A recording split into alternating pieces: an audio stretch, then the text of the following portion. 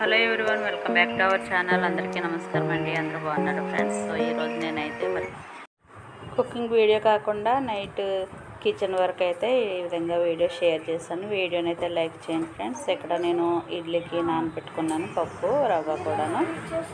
So వీడియోని అయితే like చేసి షేర్ చేయండి. ప్లీజ్ సబ్స్క్రైబ్ చేసుకోండి ఫ్రెండ్స్. ఇక్కడ నేను మ్యాంగో కేక్ చేయడానికి మ్యాంగో రవ్వ కూడా తీసి పెట్టుకున్నాను. అలాగే ఇంకో పక్క రైస్ అయితే కుక్ అవుతుంది. అలాగే పక్కకి చికెన్ మునక్కాయ కర్రీ కూడా రెడీ అవుతుంది అన్నమాట. ఇంకా సింక్ నిండా కూడా గిన్నెలు ఉన్నాయి. ఫస్ట్ అయితే ఇడ్లీ పిండి అయితే రుబ్బేస్తున్నాను నేను. అయితే మన ఛానల్ని చాలామంది సబ్స్క్రైబ్ చేసుకుని మళ్ళీ అన్సబ్స్క్రైబ్ అయితే చేసేసుకుంటున్నారండి.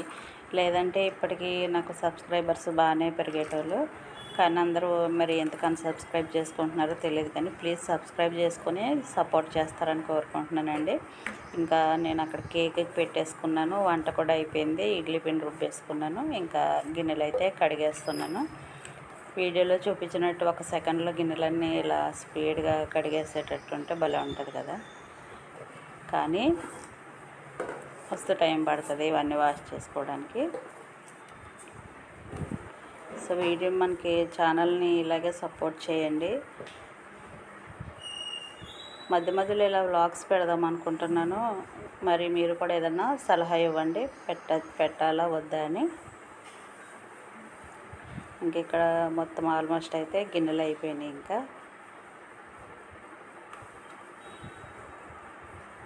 సింక్ అంతా క్లీన్ చేసేసుకుని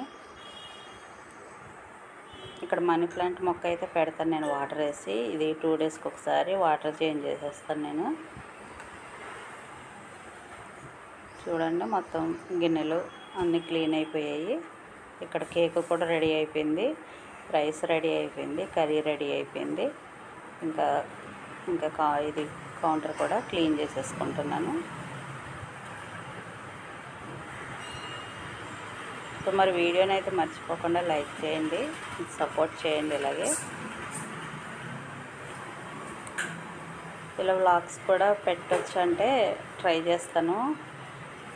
మీరైతే కామెంట్ చేయండి. థ్యాంక్ యూ అండి. Thank you for watching.